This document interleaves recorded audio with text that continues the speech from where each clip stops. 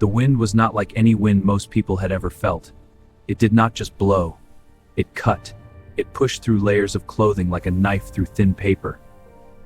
It pulled the warmth right out of a person's body before they even had time to realize what was happening.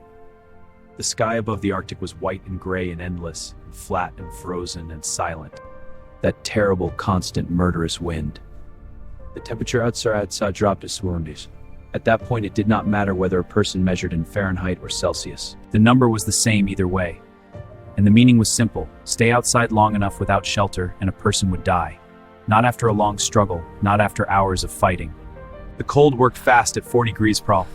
It froze the moisture on a person's eyelashes. It turned exposed fingers stiff and useless within minutes. It made breathing feel like swallowing glass. And yet, across the frozen tundra of the Arctic, stretching from Alaska all the way to Greenland and the far northern reaches of Canada, there were people who lived here. Not just visiting, not just passing through, actually living, raising children, telling stories, laughing, living warmly through the darkest nights of the year. To an outsider, this seemed impossible. How could any human being survive in a place like this? There were no forests for wood, no caves carved naturally into mountains, no rivers that ran freely in winter. The ground was frozen solid beneath the surface, a layer of earth that never thawed, not even in summer. It was called permafrost, and it went down hundreds of feet in some places. The landscape offered nothing that looked like comfort, nothing that looked like safety. And yet the Inuit not only survived here, they built a full life here. They did it by being smarter than the cold. The most important thing the Inuit ever built was not a weapon. It was not a boat, though their boats were extraordinary.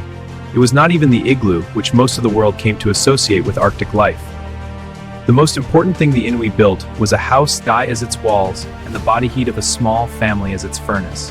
It was called the Karmat, and it was one of the most clever shelters ever created by human hands anywhere on Earth. The Karmat was not built on top of the ground. It was built inside it. The Inuit dug down into the earth, sometimes 3 feet, sometimes 4, before they even began to construct walls. This was the first and most important decision in the whole design. Just below the surface, away from the reach of the Arctic wind, the temperature stayed far more stable than the air above. It was cold underground, yes, but it was not 40 broad streamboard with stream down. A difference that, into the earth, meant escaping the worst of it before a single stone was laid. Once the pit was dug, the real building began. The Inuit gathered everything the land could offer them. Flat stones, long, and true, and surprisingly strong, was used as framing, the way other cultures used timber. Driftwood, which sometimes washed ashore even in the Arctic after traveling thousands of miles on ocean currents, was used wherever it could be found. These materials were scarce and precious, and nothing was wasted. Every piece was chosen carefully and placed with purpose.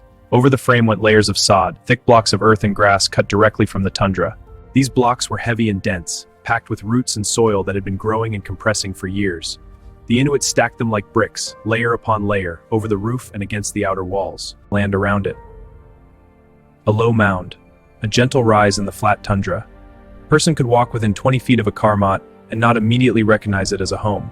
In winter, snow would pile on top and around it, adding another thick layer of natural insulation. The house disappeared into the landscape, and in doing so, it became nearly impossible for cold to find its way inside. But the most brilliant part of the Karmat was not the walls or the roof. It was the door, or rather what the Inuit used instead of a door. They did not hang a flat piece of wood or skin across a simple opening and call it done. Instead, they built a tunnel, a long, low, narrow tunnel that served as the only way in or out of the house. This tunnel was not straight. It angled downward first, dropping below the level of the living space. This design was not accidental. It was the result of generations of careful observation and deep understanding of how cold air behaved.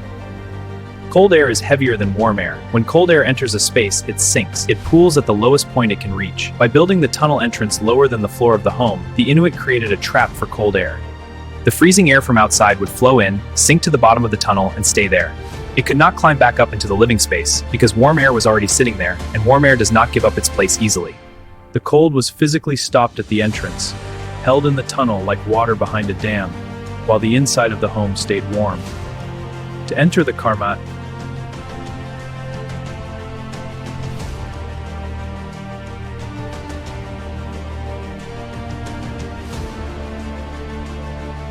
it was not a graceful entrance, but it was a warm one. And in the Arctic, warmth was worth more than dignity. Inside the Karmat, the first thing a visitor would notice was the light. Not sunlight. In deep winter, there were days when the sun never rose above the horizon at all. The light came from a lamp. This lamp was called a kulik, and it was one of the most important objects in Inuit life. It burned sea mammal fat, oil from seals, whales.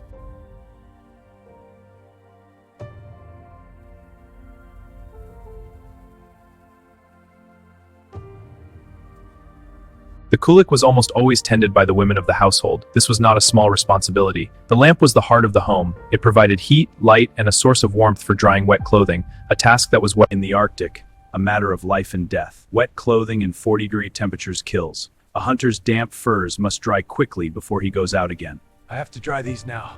The kulik made that possible.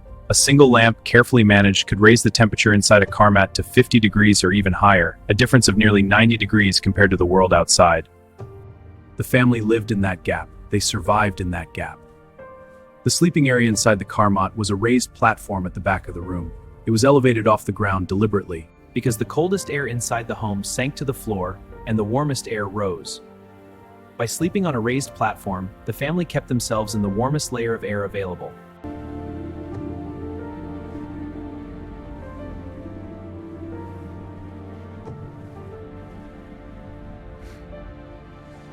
I'm so cold. I know. Come closer. We'll keep each other warm. That's right. Everybody counts. And used. I feel warmer now.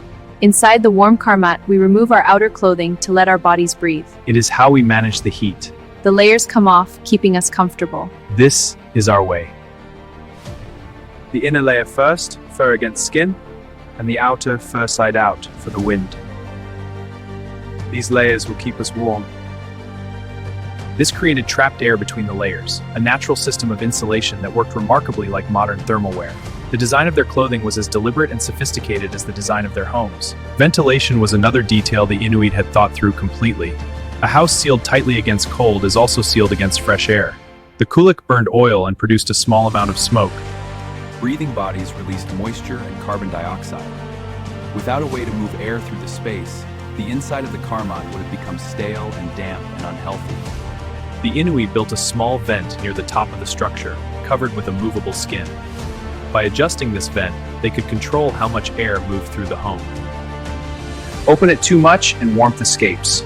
Close it completely and the air grows thick. The right balance is learned through experience. Climate control without any technology. In areas where multiple families lived near one another, their karmat homes were sometimes connected. Tunnels branched from one home to another, creating a small underground network. A mother could visit her sister without stepping outside. I made it through. Come in, warm up. Children could move from house to house in the middle of a storm. Dogs were sometimes kept in side chambers, where their body heat added to the warmth of the whole network. These connected communities were not just practical. They were the physical shape of how the Inuit lived. Together, close, relying on one another the way they relied on every other resource the land gave them. The karmat was not built quickly. It took time, labor, and knowledge. Choosing the right location mattered. The home needed to be sheltered from the worst wind directions, positioned where snow would drift in a way that added insulation rather than blocking the entrance.